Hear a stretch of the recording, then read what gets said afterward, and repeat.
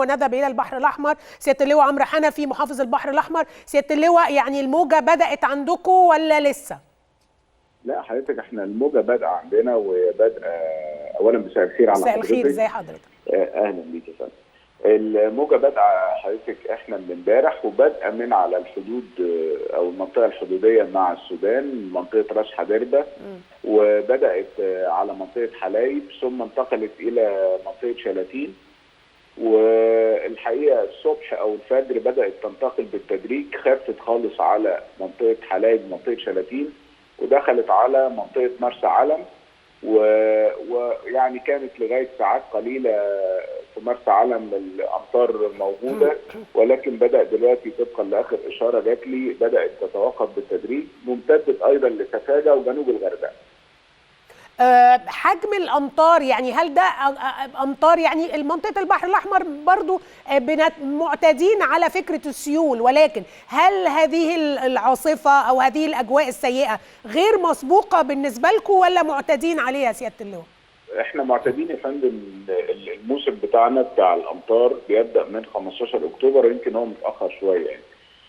وبالتالي احنا كنا مدين تعليمات بكافه التمركزات بتاعتنا على 7 مدن على ال 1080 كيلو. تمركزاتنا جاهزه، واحنا جاهزين بالدفاع المدني، جاهزين بالمعدات بتاعتنا. لكن يمكن اللي انا عاوز اقول لحضرتك حاجه، الناس ما بتفرقش ما بين الامطار لو كانت مستمره، وحتى لو ما كانتش امطار ثقيله، هي بيحصل عمليه تخزين للامطار ديت على اسطح الجبل. بعد كده ممكن المطر يبقى متوقف تماما لكن ينزل سيل.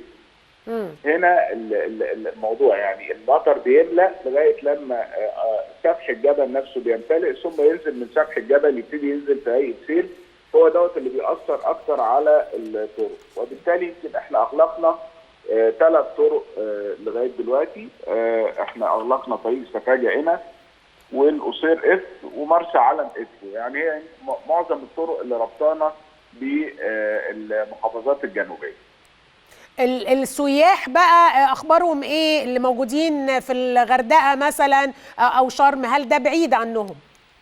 لا بعيد، يعني الغردقه احنا جبنا حاجات خفيفه جدا على جنوب الغردقه، ولكن احنا عندنا رحلات بتطلع اسمها رحلات اللي هي اليوم الواحد، بتطلع لغايه الاقصر.